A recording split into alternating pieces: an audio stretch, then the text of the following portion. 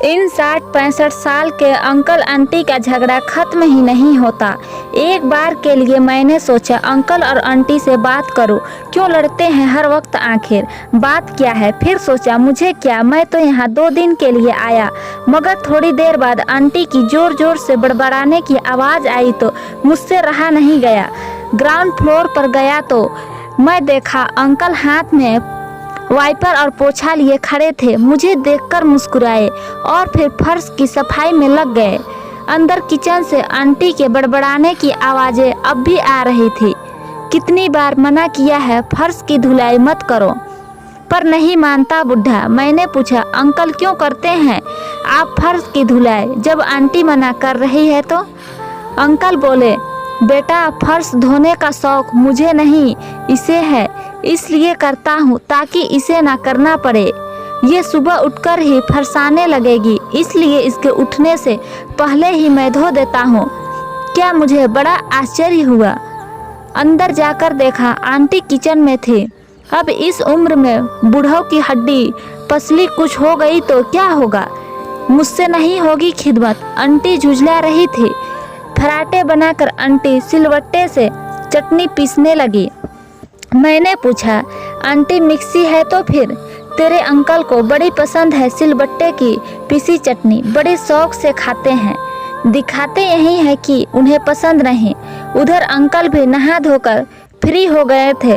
उनकी आवाज़ मेरे कानों में पड़ी, बेटा इस बुढ़िया से पूछ रोजाना मेरे सैंडल कहाँ छिपा देती है।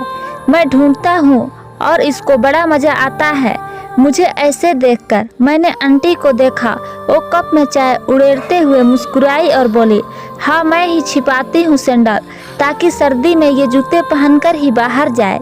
देखा नहीं कैसे उंगलियां सूज जाती है। हम तीनों साथ में नाश्ता करने लगे। इस नोक झोंक के पीछे छिपे प्यार को देखकर मुझे बड़ा अच्छा लग रहा था। नाश्ते के दौरान भी बहस चली दोनों की। अंकल बोले थैला दे दो मुझे सब्जी ले आऊं। नहीं कोई ज़रूरत नहीं है थैला भर भर कर सड़ी गली सब्जी लाने की। आंटी गुस्से से बोली अब क्या हुआ आंटी? मैंने आंटी की ओर सवालिया नज़रों से देखा और उनके पीछे पीछे किचन में आ गई। 2 कदम चलने में सांसें फूल जाती है इनकी। थैला भर सब्जी लाने की जान क्या है इनमें।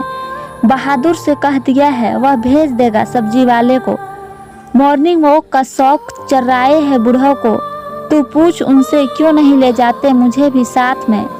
चुपके से चोरों की तरह क्यों निकल जाते हैं। आंटी ने जोर से मुझसे कहा मुझे मज़ा आता है इसलिए चला जाता हूँ। अंकल ने भी जोर से जवाब दिया। अब मैं ड्राइंग रूम में था। अंकल धीरे से बोले रात में नींद नहीं आती है तेरी आंटी को, सुबह ही आंख लगती है, कैसे जगा दूँ चैन की गहरी नींद से इसे, इसलिए चला जाता हूँ गेट बाहर से बंद करके। इस नोक झोंक पर मुस्कुराता मैं वापस फर्स्ट फ्लोर पर आ गया। कुछ देर बाद बालकनी से देखा अंकल आंटी के पीछे दौड़ रही थे। अरे कहाँ भागी जा रही हो? मेरे स्कूटर की चाबी लेकर। इधर दो चाबी। हाँ नज़र आता नहीं पर स्कूटर चलाएंगे, कोई ज़रूरत नहीं है, ओला कैब कर लेंगे हम।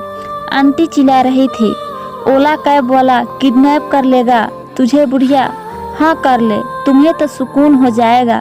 अंकल और आंटी की ये बेहिसाब नोकझोंक तो कभी ख़त्म नहीं होने वाली थी, मगर मैंने आजाल नशा ढांकी इस्तकार के पीछे छिपी थी इनकी नहीं एक दूसरे के लिए बेशुमार मोहब्बत और फिक्र।